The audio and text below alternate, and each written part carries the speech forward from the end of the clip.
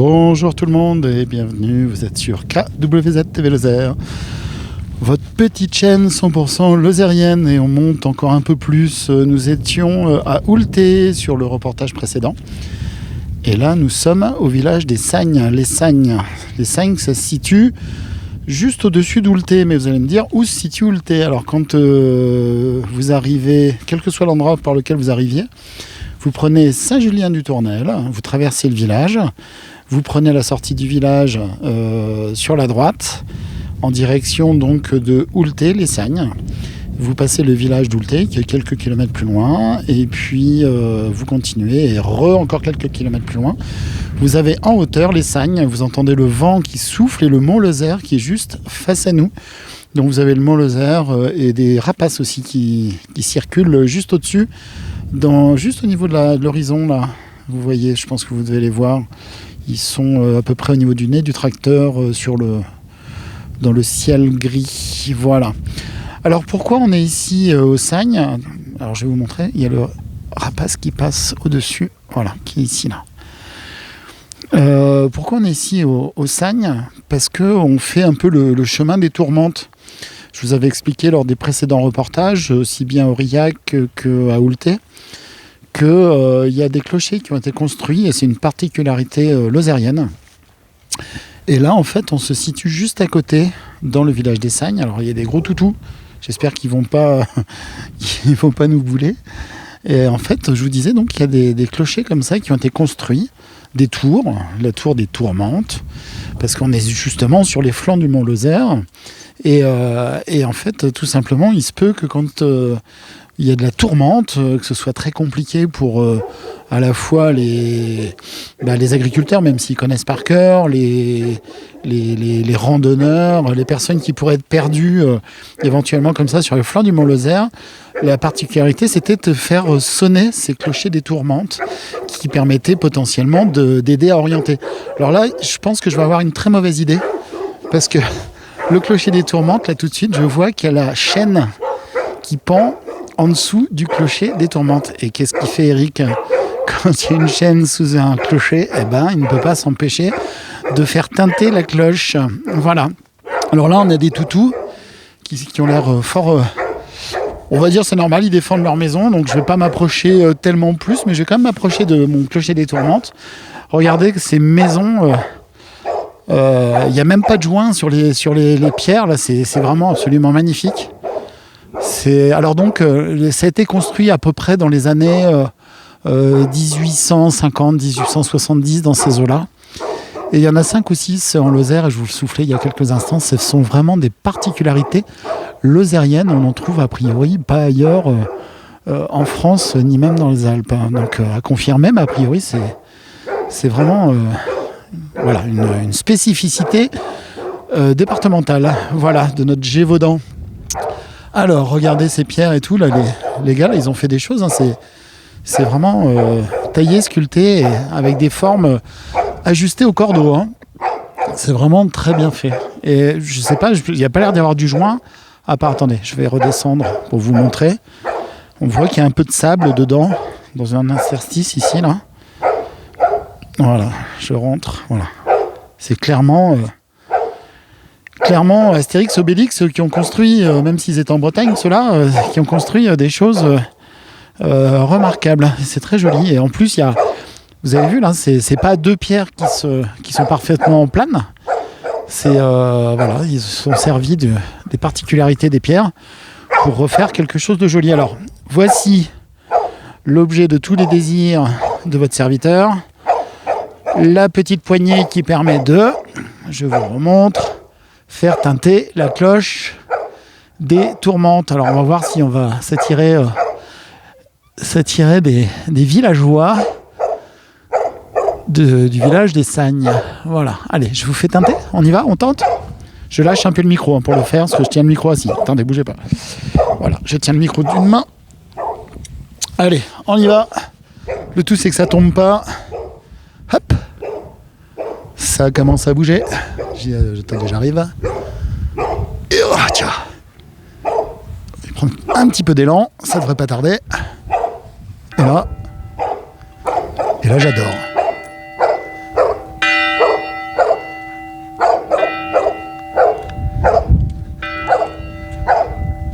Évidemment, je bouge avec la caméra, ce qui n'est pas la meilleure idée. Et encore une.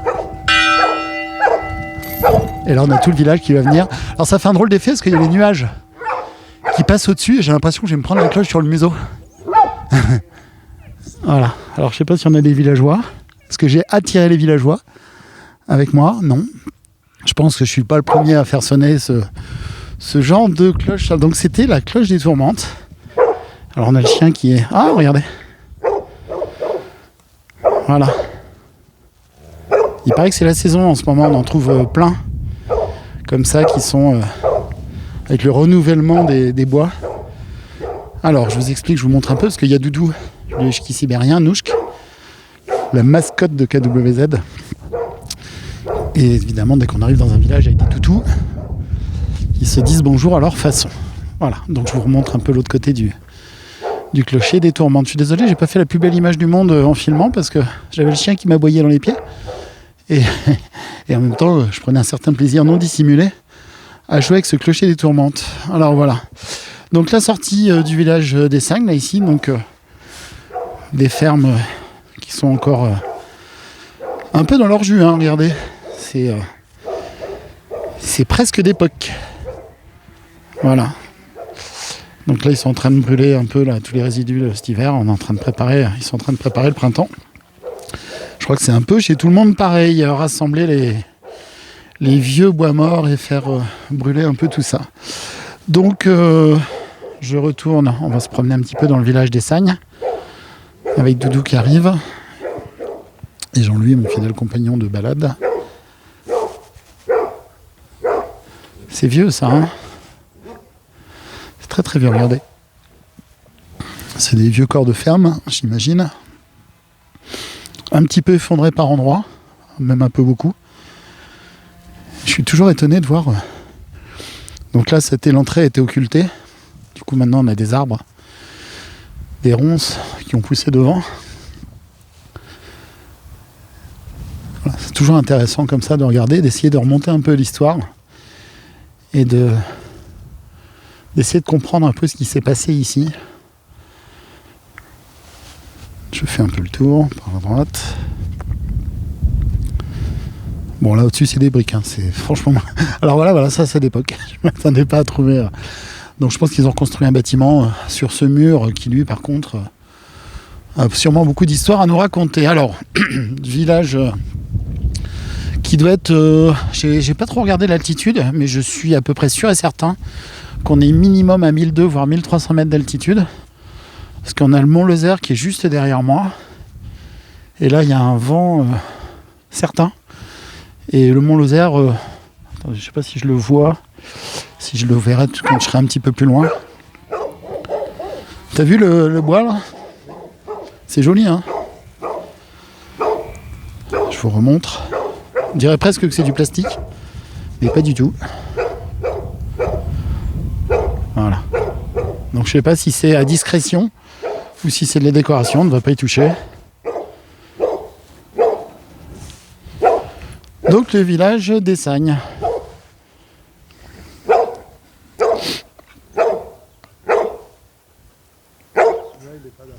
Pardon? Il n'y a pas de date sur le clocher des Tourmentes.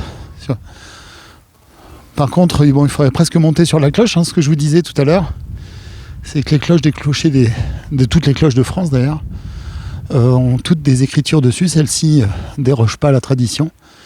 Et en général, bien sûr, sur les cloches, elles ont des parrains. Donc vous avez toutes les dates et toutes les inscriptions, la fonderie, etc.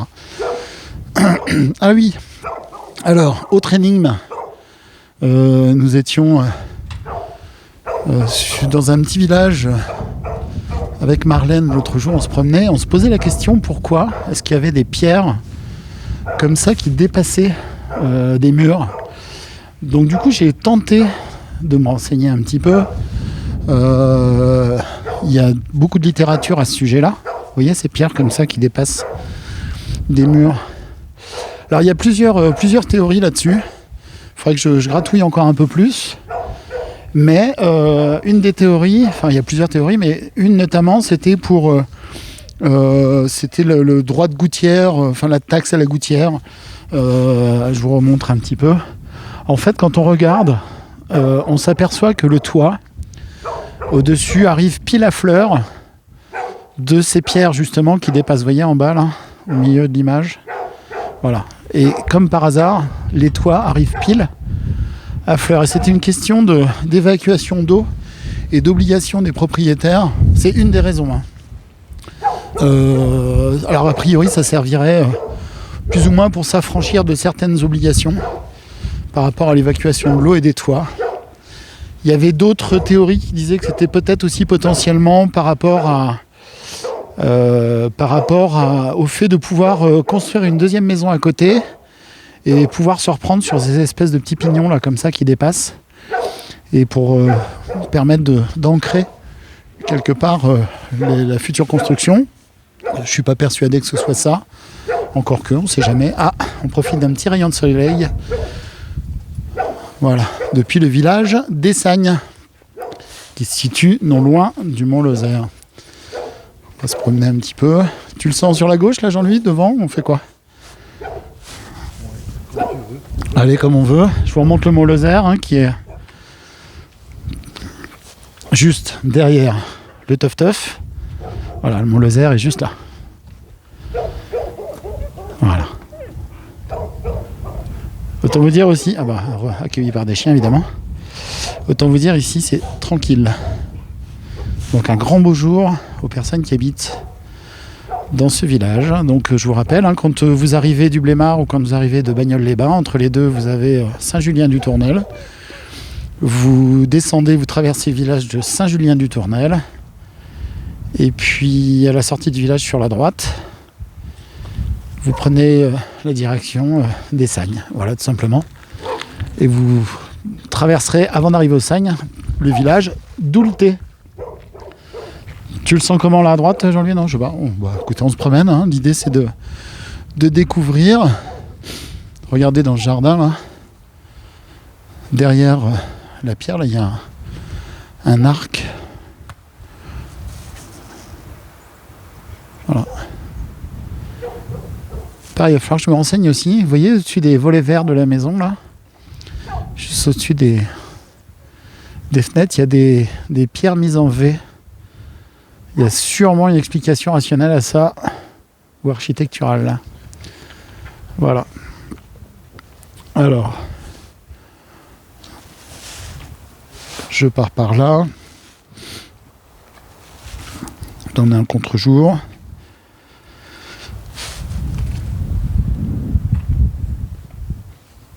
On se promène tranquillement. J'imagine aisément que cet été, il y aura énormément de touristes qui vont se promener dans le coin, des marcheurs. Ça, j'ai aucun doute là-dessus. Alors, là on a nos voisins qui viennent de passer. Du coup ils sont arrêtés, ils sont en train de discuter. Alors là ici on a une pierre visiblement qui a dû avancer là où il fallait pas trop. Et regardez, dans cette maison ici, pareil, il y a une pierre qui est accrochée sur ce mur. Alors je sais pas si c'est une croix qui aurait été tombée, qu'ils auraient récupérée, qu'ils auraient mis là. Manifestement, vu les soutiens qu'il y a de part et d'autre, ça doit pas dater d'hier matin. Donc on dirait presque une croix de croisade, tellement elle est parfaite. Voilà, ici une vieille grange probablement, avec un système de fermeture d'époque. Voilà. Et le soleil qui fait du bien. Ouh, super, on a le printemps là qui va arriver bientôt. On sent que c'est en train d'évoluer tout ça. Les boîtes aux lettres de la poste, bien sûr. Ah, avant d'arriver à la boîte aux lettres de la poste, ça serait quoi ceci? Regardez. Je pense que c'est de la récupération d'un objet. On dirait presque une navette. Une navette pour faire des tissus, ou je sais pas, ou peut-être pour des animaux, je saurais pas trop dire. Pourquoi est-ce qu'il y a c'est ajouré comme ça? Je ne saurais pas vous répondre. Vous voyez, on se promène comme ça et on découvre plein de choses. Alors un petit toit de lauze pour une boîte aux lettres qui confère à cette boîte aux lettres quelque chose de très joli. Voilà. Alors, qu'est-ce qu'on peut avoir d'autre en se promenant dans ce village? En montant, il y a beaucoup de voitures qui circulent finalement. Donc je regarde, hein. Je découvre en même temps que vous. Alors, je vous montre sur la droite, tout doucement. Écoutez, je vais avancer un petit peu, je referai marche arrière après.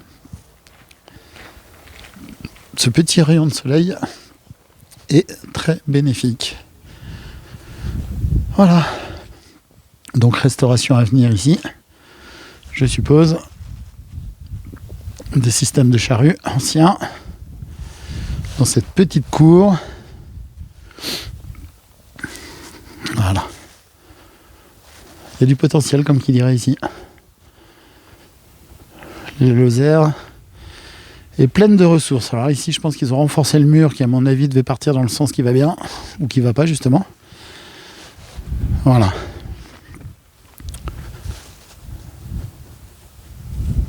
Donc depuis le village d'Essagne, je pense qu'il est à un bon 1200 mètres d'altitude. Hein. À voir, mais je serais même un peu plus généreux que ça. J'irais un peu plus que 1200, voire même 1300. Encore que le Mont Lozère est loin, mais pas tant, parce qu'on n'est pas loin du Mont Lozère, on est vraiment à 2 tiers d'aile d'oiseau là d'ici. Ah bah regardez, il y a des champignons qui se sont mis sur ce restant d'arbre. Voilà. Avec un puits là-bas. Alors, les pâturages sont bien verts à l'horizon. Petite pensée pour la transhumance du mois de juin. Et Chantal, qui connaît par cœur les versants du Mont Lozère et qui fait partie des organisatrices, tout du moins pour le côté festif de la transhumance du Mont Lozère. Voilà, et on espère qu'elle pourra, avec toute son association, organiser cette magnifique fête autour de la transhumance. Parce que l'année dernière, bien entendu, vous savez pourquoi, tout a été annulé et on a de beaux espoirs que cette année, on puisse faire des choses. Alors, une croix, comme il y en a beaucoup, en Lozère. Voilà. Je vous montre un peu cette croix de près.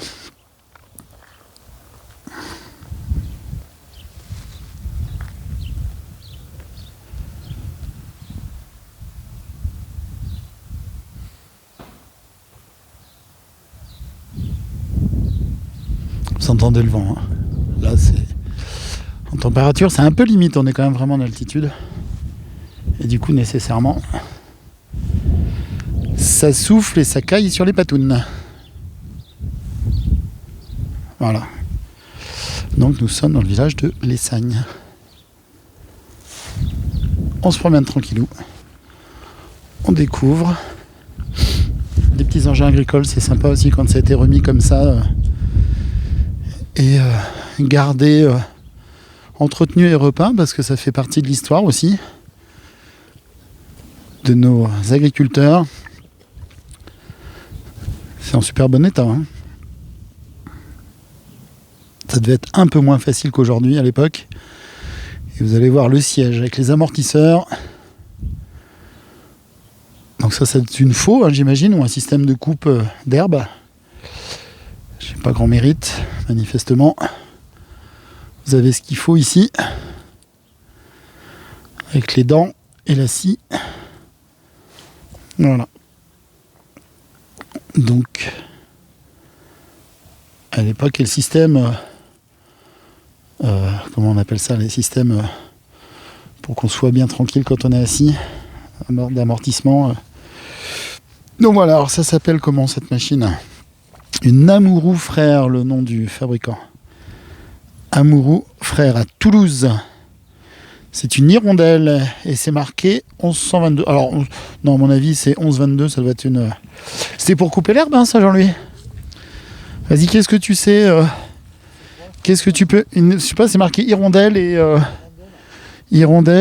Amouroux dessus. Qu'est-ce que tu peux me dire sur ce genre d'engin? C'était attelé aux bœufs ou aux vaches. Il y avait un long timon là, qui partait et il fauchait avec ça. Et là c'est quoi? C'est des freins? Non, c'est pour relever ça à droite la lame et pour régler l'inclinaison. Et c'était du coup c'est les roues qui... Jamais servi de ça. Hein. C'était les roues qui l'entraînaient, oui. Ouais, c'est ça, hein, c'est les roues qui faisaient engrenage ici là-dedans, je suppose. Ouais, c'est top, hein. Donc voilà, et je pense même, bon là, il faudrait dérouiller tout ça, mais à mon avis, ça doit être pas loin d'être fonctionnel. Hein. Fonctionnerait, hein. Ouais. Je pense qu'il y a moins de problèmes d'entretien qu'aujourd'hui sur nos véhicules électroniques. Hein. Non, mais c'est très joli. Enfin, c'est très joli. Alors après, bon, vu d'un point de vue touristique, c'est joli. D'un point de vue travail tous les jours dans les champs, je pense que c'était pas commode. Hein. Ça devait s'enliser un peu ce truc-là, non? Parce que les roues sont pas très larges. Hein. Ouais, pas tellement. Je pense pas. Ça glissait un peu. J'avais tendance un peu à glisser si ça penchait. Et Doudou, là, qui est au taquet, il va aller courir. Alors, notre célèbre Ferradou, tiens. Voilà. Alors, au fur et à mesure, j'apprends, comme vous, pour ceux qui ne connaissent pas. Alors, c'est encore un nouveau modèle, ça. Je ne connaissais pas ce genre de Ferradou, c'est original. Je pense que j'ai compris. Et je pense que c'est posé. Alors, à mon avis, il y a une virgule ici. Je suppose qu'il y a une virgule de l'autre côté. Il y a un trou, exact. Donc, regardez. Je pense que c'est comme ça que ça marche. Il y a un trou ici sur le Ferradou. Le Ferradou, je vous rappelle, c'était pour ferrer les bœufs. Justement, on parlait juste du travail avec les engins agricoles anciens pour ferrer les bœufs. Donc, il fallait, à mon avis, introduire l'équivalent d'un rondin un côté dans cette pointe ici. Et je suppose, vu la forme de l'autre côté, on devait faire glisser l'autre bout du rondin qui devait caler ce rondin qu'il fallait glisser, à mon avis, c'était celui-ci qui est posé là. Voilà. Et pourquoi il est posé là? Regardez, vous avez des crochets. Un crochet ici et un deuxième crochet là. Il est en bon état, hein, celui-ci, hein, quelque part. Et en fait, vous aviez une sangle en cuir qui s'accrochait. Alors, je recule pour que vous compreniez bien, pour les personnes qui découvrent. On accrochait donc cette sangle d'un côté ici. On faisait glisser l'animal dans ce Ferradou. Et vous voyez, sur le côté à gauche, il y a une pièce en bois qui est sculptée, enfin qui est une forme. Et en fait, on mettait la tête de la vache dans le joug, tu dis, ça s'appelle un joug, voilà. Regardez si c'est pas joli, ça. Donc, on mettait la tête de la vache dans le joug. Une fois que la bête était dedans, on passait les sangles en dessous du bidou. On mettait la pièce qui tourne à l'endroit que je vous ai montré. Et au moyen des poignées qui sont ici, on faisait tourner, on bloquait. Voilà, la poignée ici, là, la grande tige verticale qui va vers le bas. Donc on faisait tourner pour légèrement tenir la bête en hauteur. Et en fait, on ferrait soit les pattes de devant, avec les petites... il y a un petit équerre là, ou soit à l'arrière, on réglait en fonction de la distance, je suppose. Voilà, on mettait la patte arrière de l'animal avec le sabot dessus. Vous avez vu, la longue, hein, je finis par devenir un spécialiste du Ferradou. J'aimerais bien le voir en vrai, en fait, maintenant. Donc voilà, et cette pièce, regardez, c'est joli, hein. Et on va mettre le Mont Lozère en photo derrière. Regardez, le Mont Lozère avec un petit rayon de soleil derrière. Allez, c'est rien que pour vous. Je vous rappelle, vous êtes sur KWZ TV Lozère, votre petite chaîne 100% lozérienne. Et là, on se promène dans le village des Sagnes. Le village des Sagnes, c'est au-dessus de Saint-Julien-du-Tournel. Il faut passer par Saint-Julien-du-Tournel quand on vient du Blémard. Et on se promène et on découvre tous ensemble ce petit village des Sagnes. Et regardez, on voit qu'on arrive à la fin de l'hiver. Tout est en train de repartir, de redémarrer. Des petites plantes, des fleurs, des bourgeons. Regardez les bourgeons, je ne sais pas si on le verra sur celui-là. Si, en plein milieu de l'image, là, vous avez... C'est pas trop net, si c'est net. Voilà. La nature est en train de repartir. Alors, nous avons Lynn Roustan qui habite ici. Donc, bien le bonjour à la famille Roustan. qui habitent ici. On a le soleil qui ressort tout doucement, voilà. Donc là, on doit redescendre. Ça amène vers où, là, Jean-Louis, la route qui part là-bas, t'as une idée? On va à la ferme. Ça va juste à la ferme, c'est un cul-de-sac en fait. Oui. Voilà, alors je vois rien du tout dans mon écran, donc je suppose qu'il y a une image. Parce que je suis en contre-jour total. Voilà, bah écoutez, on va redescendre tout doucement. Qu'est-ce qu'il y a d'autre de particulier? Non, pas. C'est bon, on est au bout du village là, je pense. Donc voilà, donc le clocher des Tourmentes que je vous ai fait sonner en début de reportage, le Mont Lozère qui est devant nous. Et donc c'était le petit village d'Essagne. Alors le petit village d'Essagne, je ne peux m'empêcher à passer un coucou à Mathilde Sagne. Je pense qu'il n'y a aucun lien, encore qu'on ne sait jamais. Qui est une athlète de très haut niveau en Lozère. Et que vous allez sûrement retrouver très bientôt avec Sébastien, notre coureur lozérien, notre trailer, ultra trailer. Voilà, regardez, le Mont Lozère en fond. On vous souhaite une très bonne fin de journée. On se retrouve très vite sur KWZ TV Lozère pour d'autres reportages dans tous nos petits villages et recoins de Lozère. Nous sommes maintenant 17 créateurs de contenu sur la chaîne pour votre plus grand plaisir. Et on fait tout ça entièrement gratuitement. Et cette chaîne restera gratuite. Et ce n'est que le plaisir de découvrir, redécouvrir et vous faire découvrir la Lozère qui est sublimissime. On ne vous le dira jamais assez. Moi, j'en suis plus que convaincu. Voilà. À très vite. N'oubliez pas de vous abonner. N'oubliez pas de liker. N'oubliez pas d'inviter vos amis à aimer la chaîne. N'oubliez pas de prendre le temps de vivre, de découvrir notre merveilleuse Lozère. À bientôt.